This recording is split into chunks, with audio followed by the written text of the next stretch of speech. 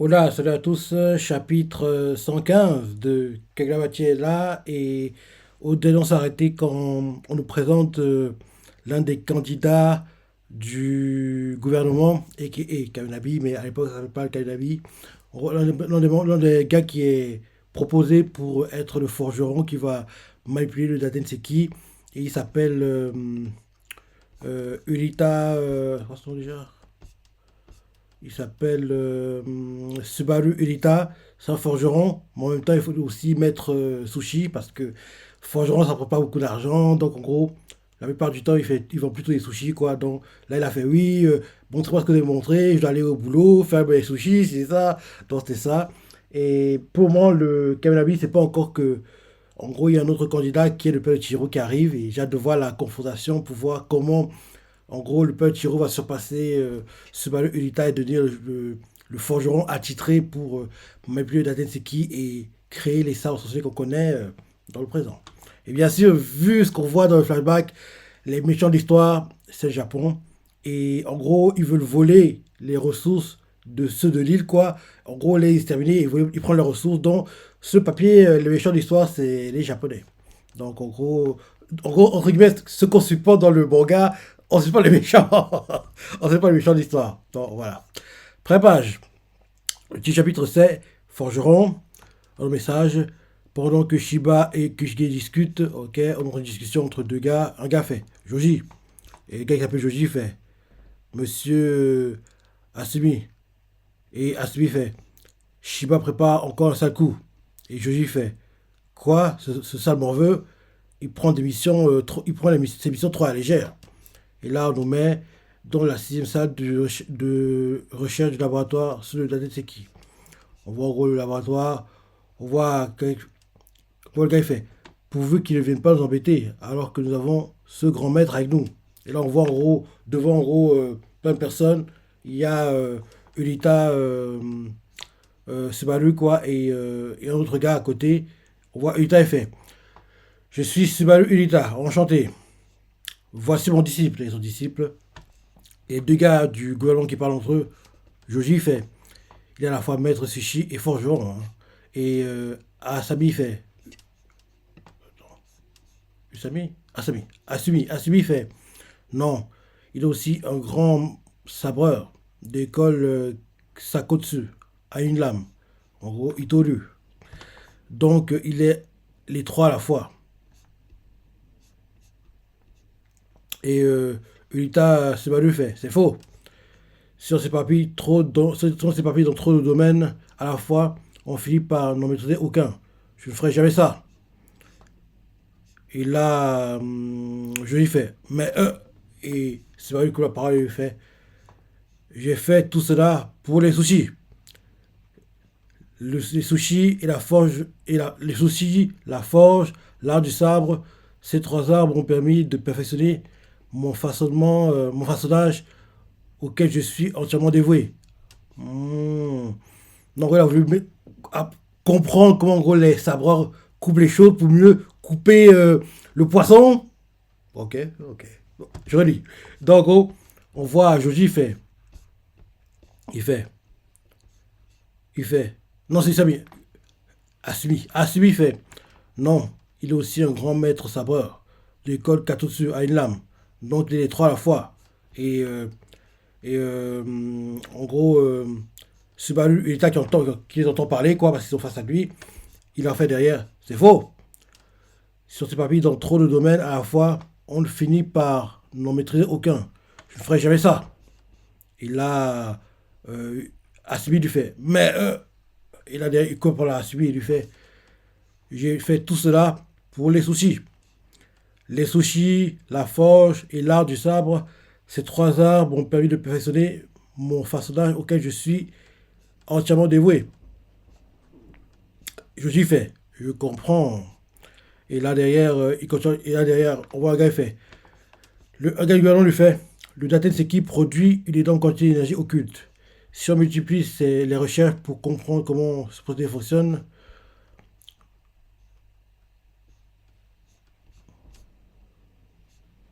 je lis. Quelqu'un parle du gouvernement, je pense, il fait le Datenseki produit une énorme quantité d'énergie occulte. On multiplie les recherches pour comprendre comment ce procédé fonctionne. Notre souci actuel est si on s'en sert, on meurt. Si quelqu'un a un souffle d'énergie occulte ou la Tetseki, son pouvoir augmente rapidement. Sauf que cette énergie se reversera aussi dans le corps du porteur qui finira par exploser. Mais si on pouvait trouver un moyen de rediriger momentanément l'énergie occulte, comme quand on récupère et stocke l'excédent d'électricité dans un accumulateur, on pourrait alors l'utiliser de manière plus stable et plus sûre, non? Les sabres de Maître Unita sont réputés pour laisser passer l'énergie occulte avec une grande douceur. En résumé, ils ont une belle alchimie entre l'énergie occulte, ils ont une belle alchimie avec l'énergie occulte. Dans votre livre, vous dites, parce qu'il écrit un livre apparemment, Unita Subaru, dans votre livre, vous dites que ce secret repose sur tout que... Je vais lire. Dans votre livre, vous dites que le secret repose avant tout sur les matériaux. Vous y faites même une liste des matériaux qui laissent le mieux passer l'énergie occulte. Si on l'utilise bien, il pourrait peut-être servir de conducteur pour laisser échapper l'énergie occulte du moins. Nos recherches allaient dans ce sens. Cependant, aucun de ceux que nous avons étudiés nous a permis de prouver de manière scientifique une affinité entre eux et l'énergie occulte. Maître Unita, je suppose qu'il y a une explication à cela vous ne, que nous ne pouvons trouver que dans la forge, qui n'est pas du tout notre domaine. Pourriez-vous nous en dire plus? Ce que Unita fait. Je n'ai absolument aucune preuve. Je n'ai raconté que des bobards. Les matériaux qui laissent plus passer l'énergie occulte n'existent pas. Et là, le gars du gouvernement qui est en train de lire les feuilles, quoi, il fait. Mais d'autres livres! Et c'est pas Unita que la parole lui fait. Ce sont presque que des mensonges. J'ai écrit n'importe quoi. Et ils font. Pourquoi? Et là, il répond. Je n'avais aucune raison de dévoiler mon atout à des forgerons de seconde zone. Alors, j'ai été obligé de les embrouiller avec des mensonges. Et là, les gars du gouvernement se disent. Obligé? Carrément? C'est abusé! Et là, un gars du gouvernement lui fait. Un honnête du gouvernement fait. Attendez, ces matériaux n'ont aucun rapport. Comment vos sabres peuvent-ils avoir une affinité avec l'énergie occulte? Et ce lui a fait. C'est simple. Le secret réside dans le fait que c'est moi qui les forge. Et là, d'un coup, ils sont choqués d'entendre ça, les gars du gouvernement. Et là, on voit que, en gros, il prend des crayons, il les balance sur Joji, quoi. On a des gars du gouvernement, quoi, qui portent une sorte de masque. Et il a, en gros, un- une boucle de taureau, quoi, au nez, un truc comme ça. En gros, il balance deux crayons, quoi. Et Joji les évite. Les crayons sont pâles contre le mur, derrière lui. Et, euh, et là, Joji fait, qu'est-ce que... Et là, euh, Unita, c'est pas lui fait. Tu es un bon sabreur, viens. Il appelle le gars parce qu'il a bien réagi en gros à l'attaque qu'il lui a envoyée quand on balançait les crayons. Et là, Jolie s'avance. Et là, en gros, euh, et là aussi, là derrière, Unita Semaru lui fait tu as aussi une bonne lame. Et là, Joji lui fait c'est le chef-d'œuvre c'est le chef-d'œuvre de Kasafune. Semaru lui fait mais tu vas vite sentir la différence. Prends mon sabre pour voir. Et là, je lui fais quoi, je peux vraiment? Et là, en gros, on voit Subaru qui en gros, ouvre une boîte qu'il avait emmenée, quoi. Il y a un sabre à l'intérieur. Il fait c'est mon petit dernier. Je n'ai rien utilisé d'exceptionnel. C'est juste de l'acier traditionnel japonais et une râpe. On voit qu'il donne le sabre à Joji, quoi. Joji commence à le dégainer. Il regarde la lame. En dégainant, le gars du venant qui énumérait, en gros, l'histoire des livres de Unita Subaru, quoi. Il se dit dans sa tête sa technique fait toute la différence. Si c'était qu'une histoire de qualité de sabre, ça irait. Mais comment peux-tu contrôler l'affinité entre la lame et l'énergie occulte? Derrière, on voit Joji en gros, essaie de dégainer, quoi. Et là, le gars qui lisait en gros, le résumé, quoi, des livres de Unita Subaru, c'est dur dans sa tête. Je me demande. Et là, d'un coup, quoi? Un bras a été tranché? C'est quoi ça?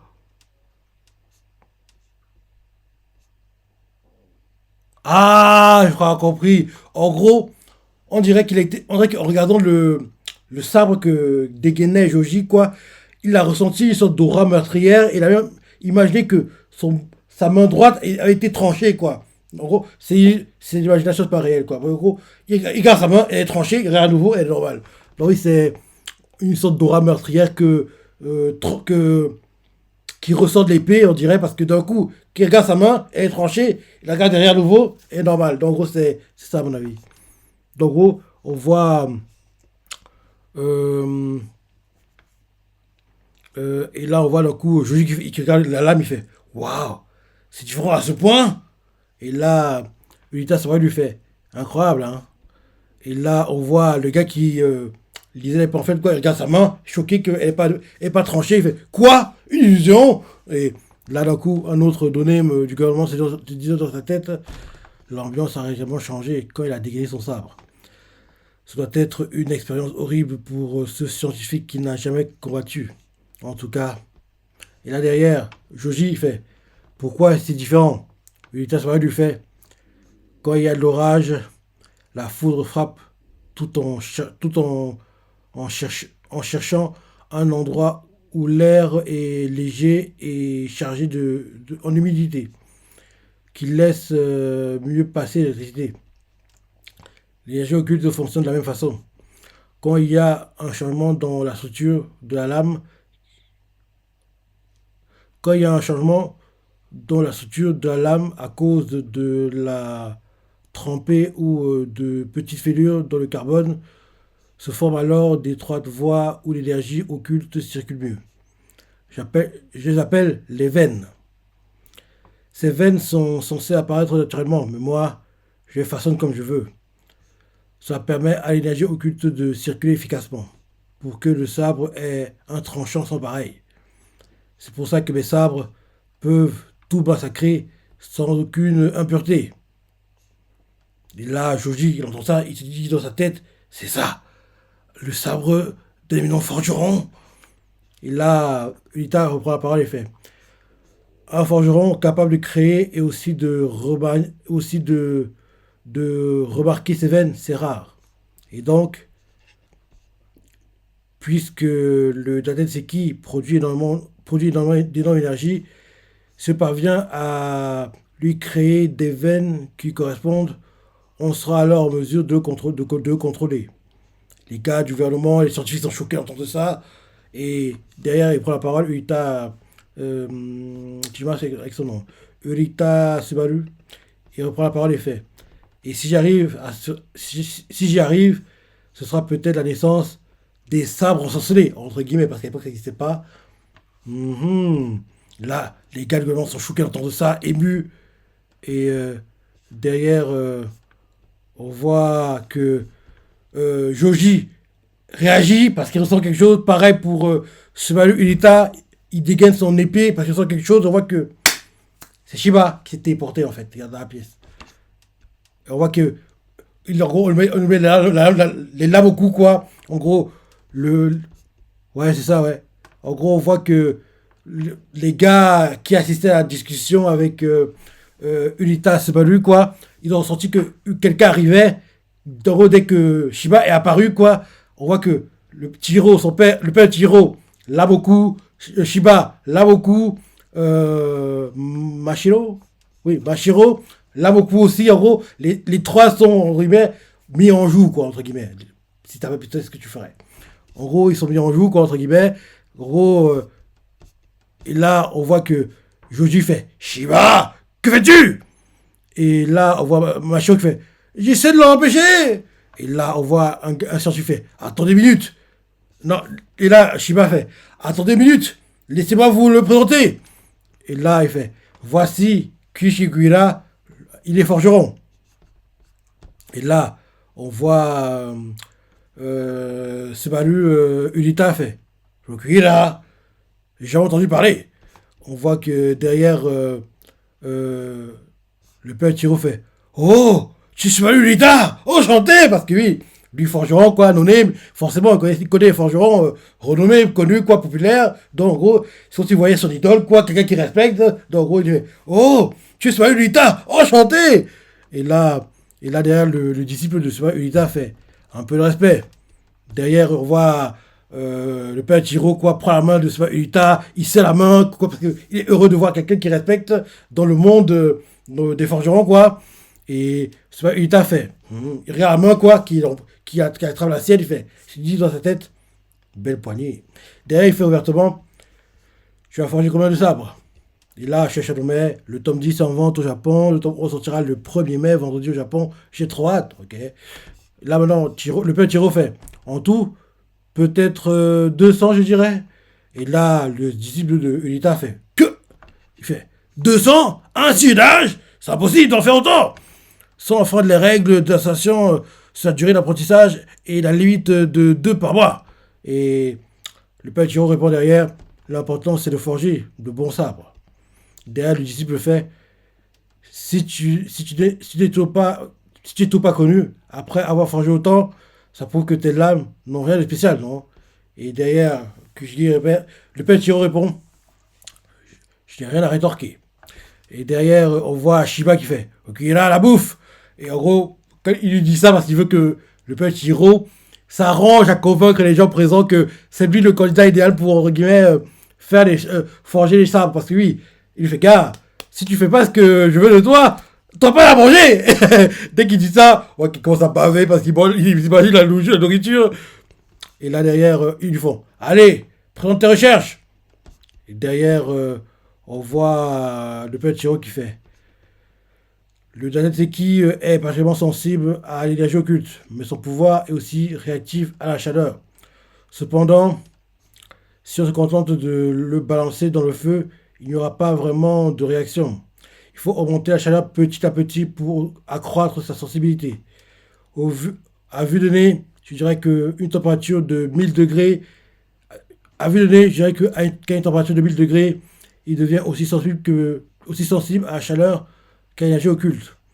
1000 degrés, donc avant le point de fusion du minerai de fer, ce qui veut dire que c'est de la sidérurgie. Et là, ça je fais. Il écrit mal. Un autre, parce que oui, le père, tu vois, il écrit des notes. Un autre fait. 8 minutes. Cet homme fait partie du bon des sorciers. Et un gars fait. Non, pas du tout. Derrière, on voit Hippo Nashiba.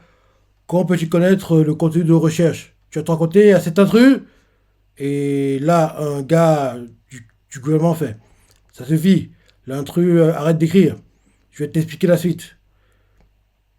La sidérurgie tu veux sans doute essayer de trouver comment transformer la tête c'est qui. Mais si tu le fais trop chauffer, il provoquera une série d'explosions qui feront des morts. On ne peut pas le façonner. Et là, et là derrière, Kushigi, il fait j'en suis capable. Et ils sont choqués d'entendre ça.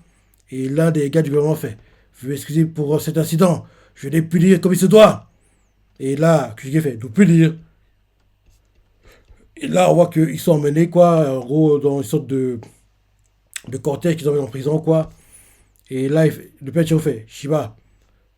Et là, derrière, en gros, le gars qui les a arrêtés fait Shiba. On discutera de tout ça plus tard. Et les gars se disent dans sa tête qu'est-ce qu'il a raconté? Ce type est déjà au courant de l'avancée de recherche. Et pourtant, je n'ai même pas expliqué la moitié à Shiba. Je n'aurais jamais fait ça. À Machiro non plus, bien évidemment. C'est pourquoi Sokira n'avait aucun moyen de savoir tout ça. Seulement 12 heures ont passé depuis mon appel à Ishiba. Ne dites pas qu'en si peu de temps, il a réussi à voir ça. Et là, on voit Uita Subaru qui va voir Mashiro. Et, et là, il dégaine le sable de Mashiro, quoi, que Pet a forgé. Il fait pourquoi ce type n'est-il pas connu? Il demande quoi. Et, euh, et là, derrière, on voit Shiba qui avait fait, en gros, au Pet tu as un droit à un traitement de faveur puisque tu as obtenu la confiance du grand Shiba. Et Machiro répond dans le présent du flashback à Unita Subaru. Il paraît qu'il choisit simplement à qui il vend ses sabres. Et là, on voit Unita Subaru qui vont à rigoler, quoi. Ah, ah, ah, ah, ah, ah. Il rigole, quoi, il fait. Ce morveux est drôlement impertinent. Et là, chez Shadomé, comment ce trésor national perçoit-il le sable de Kushige? Et là, on voit Kushige et puis Shiba en prison, entre guillemets, et, et Kushige lui fait Shiba, où est la bouffe? Et là, derrière, fin de chapitre, on nous met que va-t-il advenir de Shiba et de Okuira qui ont été jetés en prison et que va faire le vieux maître Sushi? Ok, c'est la fin du chapitre. Ok. Je sais pas pourquoi, mais je dis que je pense que Unita Subaru va prendre Okuira en tant que disciple, va lui transmettre les connaissances que Okuira n'a pas, et en gros, en combinant les connaissances d'Okuira et celles qu'il a acquises de Unita Subaru, quoi, il va créer les sabres sorcelés. Ce sera ça, à mon avis. Parce que je dis que les connaissances que a actuellement Unita Subaru ne sont pas assez pour créer les sabres sorcelés, et je me dis que le père Chiro, sûr de lui, prétentieux, il pense qu'il peut le faire tout seul, mais il peut pas, mais il faudra les connaissances que a actuellement Unita Subaru pour, entre guillemets, combler le manque qu'il a et pouvoir faire les sabres plus tard. Je pense que c'est ça. Je pense que c'est ça. Parce qu'on voit clairement que Uita Subaru a l'air d'apprécier le père de Chiro et il a l'air d'apprécier que les sabres qu'il a fait, le sabre qu'il a fait pour Machiro, quoi. Alors je me dis logiquement que il va être pris en disciple et au départ, le début de la conception des sabres va être fait entre le père de Chiro et Uita Subaru, mais plus ça va avancer, plus entre guillemets, ce sera le père de Chiro qui va plus entre guillemets être le gars qui joue un rôle clé dans la construction des sabres. Et oui, je pense que c'est un truc comme ça. Je dis même que peut-être le sabre qu'avait comment ça s'appelle déjà comment il s'appelle déjà le gars qui utilisait le sabre, le premier méchant du... Ah, ça. Je dis que le sabre qu'avait Sojo Geichi, quoi. En gros, le clé Gumo. Je vous dis même que ce sabre-là, il a dû être forgé par le père Chihiro et Ueda Subaru. Par contre, les autres sabres qui ont suivi derrière, quoi, ce père Chihiro, il l'a fait tout seul parce que peut-être que, on va dire, Ueda Subaru était trop vieux, oublié les morts, un truc comme ça. Et derrière, le père Chihiro était tout seul, il a dû faire tous les sabres tout seul, un truc comme ça. Enfin, je sais pas, mais je vous dis que logiquement, ils vont collaborer. Vu comment le chapitre a été montré, vu ce qui s'est passé, vu comment réagit Ueda Subaru, quoi, ils vont collaborer un moment, mais sur le long terme, Okuira va être en solo et forger ça. Mais je me dis qu'au moins ils vont collaborer pour un sabre et le reste va être fait en solo par Okuira Kuishige, un truc comme ça. Bref, voilà le chapitre 115. Je crois que c'est ça, ouais, 115. Voilà, chapitre 115. Dis-moi ce que tu as pensé, les personnes préférées, laisse des commentaires, like et. Allez, salut!